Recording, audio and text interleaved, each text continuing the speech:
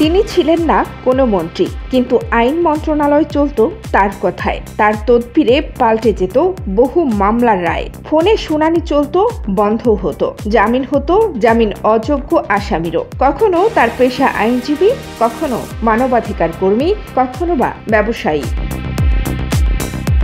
তবে এসব পরিচয়ের আড়ালে তিনি ছিলেন ছাত্র জনতার গণ অভ্যুত্থানে পতন হওয়া স্বৈরাচার সরকারের আইনমন্ত্রী আনিসুল হকের বান্ধবীর পরিচয় ছাপিয়ে তিনি ছিলেন ব্যক্তিগত জীবনে শ্রীহীন আনিসুল হকের বিশেষ ঘনিষ্ঠজন। অবৈধভাবে আইন মন্ত্রণালয়কে ব্যবহার করে হাজার হাজার কোটি টাকা কামিয়েছেন আনিসুল ও তৌফিকা। প্রতি জেলার চিফ জুডিশিয়াল ম্যাজিস্ট্রেট এবং জেলা দায়রা জজ আদালত, চিফ মেট্রোপলিটন ম্যাজিস্ট্রেট আদালতে একক আধিপত্য ছিল এই নারীর। ফলে চিফ জুডিশিয়াল ম্যাজিস্ট্রেট নিয়োগ ও পদায়নের ক্ষেত্রে শত শত কোটি টাকার বাণিজ্য করেছেন।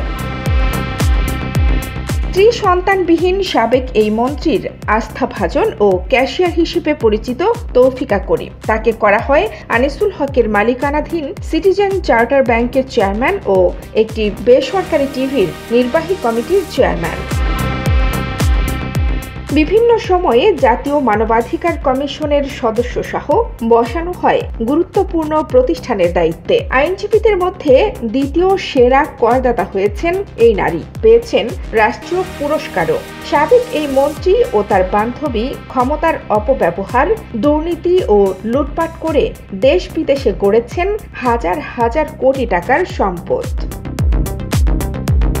ক্ষমতার পট পরিবর্তনের সঙ্গে সঙ্গেই গ্রেপ্তার হয়েছেন আনিসুল হক, আর তৌফিকা করিম চলে গেছেন আত্মগোপনে। তবে এই নারী দেশ ছেড়ে কানাডায় তার ছেলের কাছে পালিয়েছেন বলে গুঞ্জন রয়েছে। সেখানেই রয়েছে তার বিপুল সম্পদ। জানা গেছে আনিসুল হকের বাবা অ্যাডভোকেট সিরাজুল হকের চেম্বারে জুনিয়র হিসেবে কাজ করতেন তৌফিকা করিম। সিরাজুল হক মারা যাওয়ার পর তৌফিকা হয়ে যান আনিসুল হকের জুনিয়র।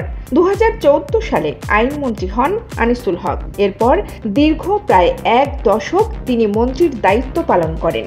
এ সময়ে বিচারাঙ্গনে মন্ত্রী ও তার ঘনিষ্ঠজনদের বিরুদ্ধে অভিযোগের শেষ ছিল না। তার বিরুদ্ধে অভিযোগ রয়েছে ঢাকার বোট ক্লাবের ঘটনায় নায়িকা পরিমণির অভিযোগে গ্রেপ্তার হওয়া নাসির উদ্দিন ও অন্য এক ব্যক্তির বিরুদ্ধে নারী নির্যাতন আইন ও মাদক নিয়ন্ত্রণ আইনে 2টি মামলা হয়। ঢাকা কোর্টের রেওয়াজ অনুসারে জেলা জজ ও নারী শিশু ট্রাইব্যুনালে বিচার্য বিষয়ে ম্যাজিস্ট্রেট কোর্ট জামিন দেন না। এক্ষেত্রে তার ব্যতিক্রম ঘটিয়ে রিমান্ড থেকে কোর্টে না পাঠিয়ে আসামিদের একই দিনে জামিন দিতে বাধ্য করা হয়। একজন সাবেক প্রতিমন্ত্রী ও একজন সাবেক এমপির মধ্যস্থতায় মন্ত্রীর পক্ষে তৌফিকা করিম 2 কোটি টাকা মূল্যের ডলার ও ইউরো বুঝে নেন। এরপরই মন্ত্রীর ইচ্ছার কথা বলে ঢাকার ম্যাজিস্ট্রেটদের জামিন দিতে বাধ্য করা হয়। আলোচিত 2টি মামলার রায় পরিবর্তন করেছিলেন আনিসুল ও তৌফিকা জুটি। এর মধ্যে রয়েছে 2017 সালের 28 মার্চ বনানীর রেইনট্রিতে সংগঠিত ধর্ষণ মামলার রায়। এ মামলায় প্রধান আসামি ছিলেন আপন জুয়েলার্সের মালিক দিলদার হোসেনের ছেলে সাফাত হোসেন। 2021 সালের নভেম্বরে গুলশানের একটি তারকা হোটেলে তৌফিকা করিম বৈঠক করেন দিলদার হোসেন সেলিমের সঙ্গে। তারপরই নাটকীয়ভাবে পাল্টে যায় মামলার রায়।